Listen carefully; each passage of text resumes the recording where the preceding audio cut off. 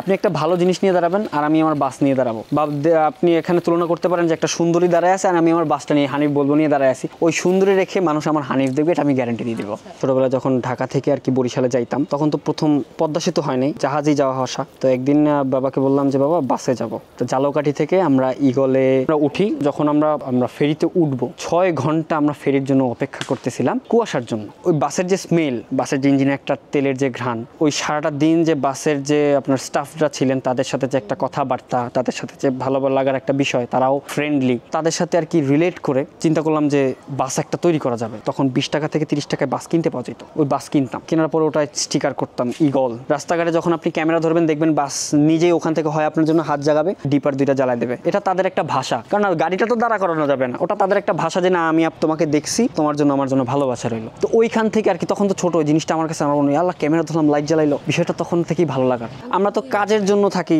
ঢাকার ভিতরে, যারা ঢাকার বাইরে যাচ্ছে বছরে 2 বার অন্তত যাওয়া হচ্ছে ঈদে না হচ্ছে কোরবানিতে, তারা কিন্তু যাচ্ছেন বাসেই, বা যারা একটু জাহাজে যাচ্ছেন তারা কিন্তু যাচ্ছেন জাহাজেই। ঠিক সেম জিনিসটাকে আপনি যখন জাহাজে যাচ্ছেন আসতেছেন, ওখান থেকে আপনার কিন্তু একটা স্মৃতি বা আবেগ তৈরি হচ্ছে। ভিড় তো হবেই। আমি যখন জাহাজ চালাইছি গতবার এই চলতির শুটিংয়েই মনে হয় ভিড় লেগেছিল মানুষ। জাহাজ চালালে বেশি ভিড় হয়, কারণ নদীর পাড়ে মানুষজন দেখার সুযোগটা বেশি পায়। আর বাস তো বেশি হচ্ছে না, বাস তো রাস্তায় রাস্তায় চালাচ্ছি। ফ্যামিলি থেকে তারা বলতেছে যে ভালো একটা চাকরি পেলে চাকরি কর। আমার বাবা একজন পুলিশের এসআই ছিলেন, উনি মারা গেছেন হচ্ছে আজ প্রায় 5-7 বছর। তো সবাই বলছে তুই যেহেতু সরকারি একটা ফ্যামিলি থেকে বিলং করতেছিস, সরকারি জব বলা, তুই সরকারি চাকরি দেখ। তো আমি আমার বাবাকে দেখছি দূরে বসে পচতে। সরকারি যারা লোক আছে তারা টাকা ইনকাম করে ঠিক আছে, কিন্তু ফ্যামিলির সাথে যে সময়টুকু তারা দিতে পারে না। ইভেন আমি আমার বাবা মারা গেছে সর্বোচ্চ আমি 2 থেকে 3 ঘন্টা কাঁদছি। ওই যে মায়াটুকু তখন আমার তার প্রতি হয় নাই, কারণ আমার বাবাকে দেখছি আমি অল্প টাইম, 4-5 মাস পরে তাকে 10-12 দিনের জন্য পাইতাম, তারপর আবার উনি ওনার ডিউটিতে। ওই থেকে সরকারি চাকরির প্রতি ঘৃণা শুরু। ইন টোটালি বলে দিলাম, আমি কখনো বলি না ইন্টারভিউতে। শেষ সময় আমার বাবার সাথে আমি কথাই বলতে পারলাম, তাই আমি টাকা দিয়ে কি করব।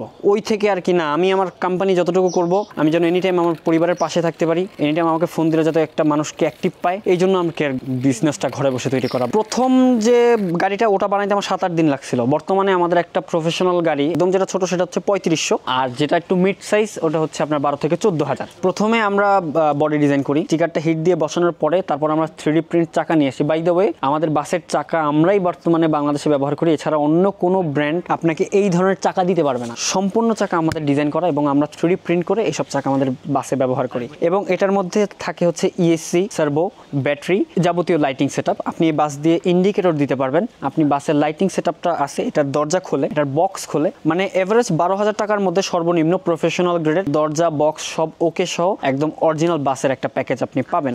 আমি মেরিন ইঞ্জিনিয়ার হয়েও যে এইসব কাজ করতে আমার কোনো প্রকার আফসোস নাই, উল্টো আমি খুশি যে আমি ঘরকে সময় দিতে পারতেছি এবং নিজের একটা প্রতিষ্ঠান, নিজের একটা স্বাধীনতা আছে, এটা নিজের কাছে একটা ভালো লাগার বিষয়। আপনারা যদি যে কোনো মডেল ধরেন, আপনার হানিফ ভালো লাগে বা আপনি একজন বাস লাভার, আপনি বাসের সাথে নিজেকে রিলেট করতে পারেন, বা বাসের সাথে আপনার অনেকগুলো স্মৃতি জড়িত। আপনি ছোটবেলায় যাচ্ছেন আসতেছেন, বাসের সাথে আপনি দেখা করতেই হবে বা যার মানুষের সাথে দেখা করতেই হবে। তো ওই অনুযায়ী অনেকে চেষ্টা করে যে এই জিনিসগুলো যদি আমার অফিসের ডেকে বা পরিবহন সেক্টর যারা আছে ওই ডেস্কের উপরে তারা রাখতে চায়, তাদেরকে আমি হেল্প করি এবং তাদের যে শখটা, তাদের যে চিন্তাধারা, তারা যদি সম্পূর্ণ প্রকাশ করতে পারে আমার কাছে, আমি আপনার চিন্তাধারাকে আউটপুট দিয়ে একটা মডেল বা একটা মিনিয়েচার মডেল তৈরি করে দিতে পারবো। ক্রেতা যারা নিচ্ছে তারা হয় বাস লাভার, হয় জাহাজ লাভার, নাহলে একজন ইঞ্জিনিয়ার। যারা মেকানিক্যাল থিঙ্কিং পছন্দ করে বা যারা ঘুমাইতে গেলেও মাথার মধ্যে নাট বল্টু করে, সোজা কথা বলে দিলাম, তো ঠিক তারাই আমাদের প্রোডাক্টগুলো নেয়। সাধারণ টয় যেরকম মেনটেন্যান্স ফ্রি, আপনি মেনটেন্যান্স না করলেও চলবে, তবে এইসব বড় বড় জিনিস আপনার মেনটেন্যান্স করতে হবে। একটা বড় গাড়ি যেভাবে আপনি রাখেন ঠিক এই গাড়ি আপনার ওভাবে রাখতে হবে, এটাকে ধুয়ে মুছে রাখতে হবে।